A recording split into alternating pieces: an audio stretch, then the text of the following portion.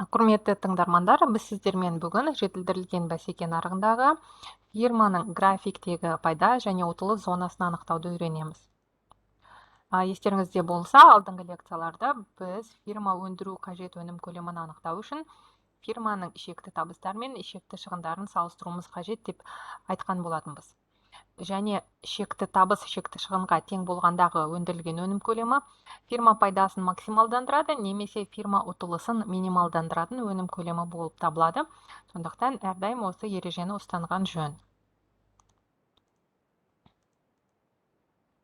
Алдарыңыздағы графикте біз X өсінен өнім көлемін белгілейміз, ал Y өсінен тауар бағасын, фирма шығындары мен табыстарын белгілейміз. Алдарыңыздағы графикте фирманың шекті шығындар қисығы берілген MC, фирманың орташа жалпы шығындар қисығы берілген ATC, мына түзу жасыл түсті қисық сызық ол фирманың сұраныс қисық сызығы болып табылады. Және жетілдірілген бәсеке нарығында сұраныс қисық сызығы абсолютті икемді, себебі бұл нарықта фирмалар саны өте көп және барлық фирмалар тауарды бірдей нарықтық бағамен сатады. Және де жетілдірілген бәсеке нарығында орташа табыс, шекті табыс және тауар бағасы өзара тең. Себебі әр сатылған өнім данасы тауар бағасына тең табыс алып келеді. Демек, жетілдірілген бәсеке нарығында сұраныс қисық сызығы және шекті табыс қисық сызығы бір қисық сызық болып табылады. Енді шекті табыс тең болу керек шекті шығындарға ережесін қолданып, осы екеуінің қиылысу нүктесін анықтаймыз. Ол мына нүкте болып табылады. Осы MC және MR-дың қиылысу нүктесінен төмен түсетін болсақ, біз фирма өндіру қажет өнім көлемін анықтаймыз. Осы өнім көлемінен біз жоғары фирманың орташа жалпы шығындар қисық сызығына дейін көтеріліп, осы қиылысу нүктесінен біз Y өсіне жылжитын болсақ, осы өнім көлемін өндіруге қажет фирманың орташа жалпы шығындарын анықтай аламыз.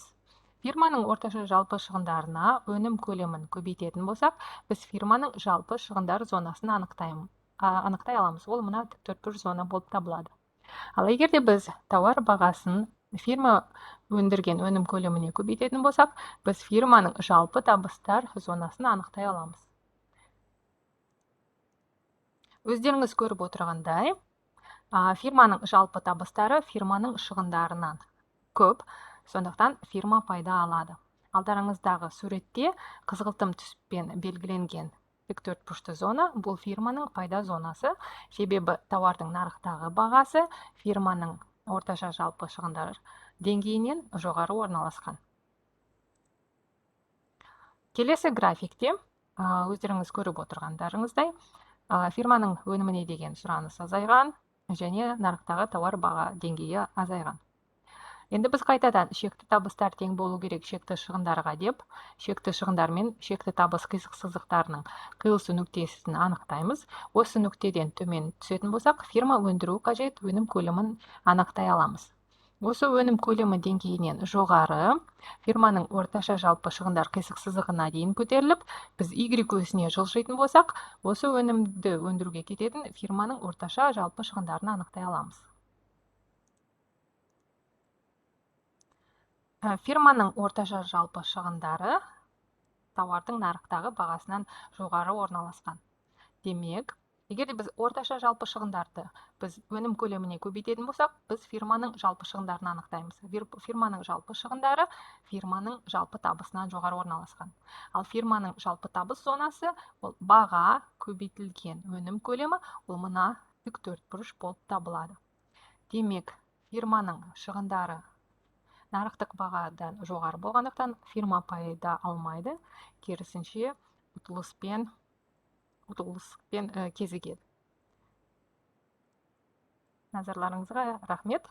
Демек, мына өнім көлемі ол фирманың ұтылысын минималдандыратын өнім көлемі болып табылады.